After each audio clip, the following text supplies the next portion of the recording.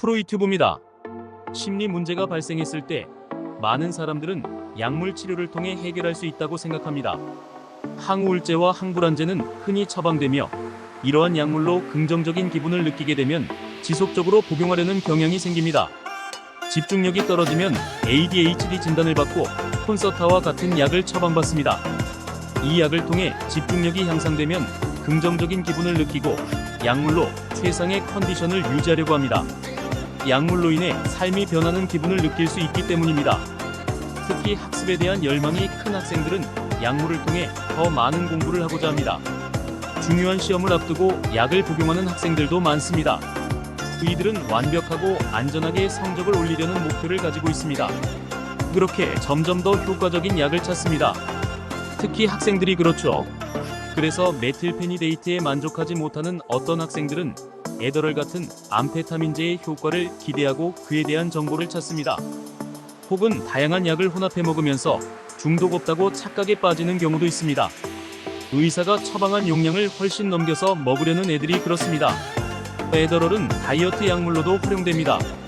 미국 의사들이 다이어트 목적으로 에더럴을 사용하는데 이는 부작용인 식욕 감퇴를 노린 것입니다.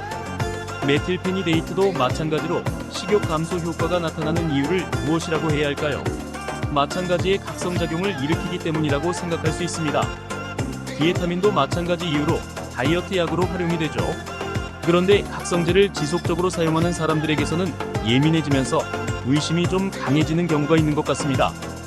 각성작용이 지속되면서 일어나는 신체 변화가 환경에 대한 반응에 영향을 좀 주는 것 같습니다. 그런 변화가 발생하면 약이 잘 맞지 않는다고 생각하고 다른 약을 찾게 됩니다. 그래서 약에 좀 의존적인 사람들은 의사 처방 이외에 안전한 약을 찾기 위해서 각종 정보들을 다 찾아보기도 합니다. 중독성 없고 안전하니까 약 먹다가 휴약하면 괜찮다고요. 주로 동물 실험 결과를 그 근거로 삼는데 동물의 정신장치와 인간의 정신장치는 엄연히 다르다고 봐야 합니다. 그래서 엉뚱하게 약을 찾다가 돌이킬 수 없는 상황으로 가기도 하죠. 인지 능력을 향상하는 약물에 대한 기대감이 있습니다. 그리고 각성제는 그 환상을 어느 정도 실현시켜주죠. 그런데 조금 당황스러운 경우가 있습니다. 약만 먹으면 공부 잘할 수 있다고 착각하는 경우도 있기 때문입니다. 각성제는 인지 능력의 향상보다 자아 기능의 일시적 효율을 증가시킵니다. 인지 능력은 자아가 지닌 수많은 정신 기능 중에 하나입니다. 따라서 자아의 효율이 올라가면 인지 능력도 올라갔다고 착각할 수 있습니다. 스타크래프트의 마린이 쓰는 스팀팩과 같은 겁니다.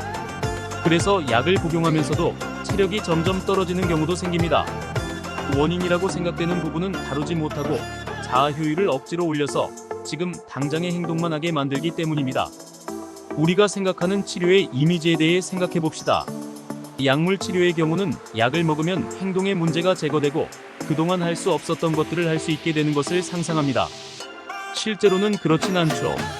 그리고 정신분석과 같은 상담 치료를 시작하면 상태가 점진적으로 나아질 것이라 기대합니다. 그러나 꼭 그렇게 된다고 보장할 수는 없습니다. 치료를 처음 시작하면 주체는 어떤 방식으로든지 격렬한 변화를 경험하게 됩니다.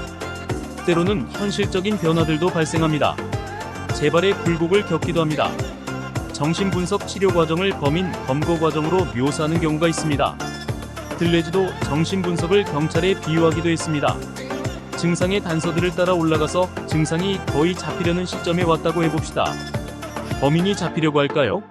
안 잡히려고 발악을 하죠. 신경증 역시 마찬가지입니다. 기존에 유지되던 병리적 상태를 포기하지 않으려는 저항이 나타나는 것입니다.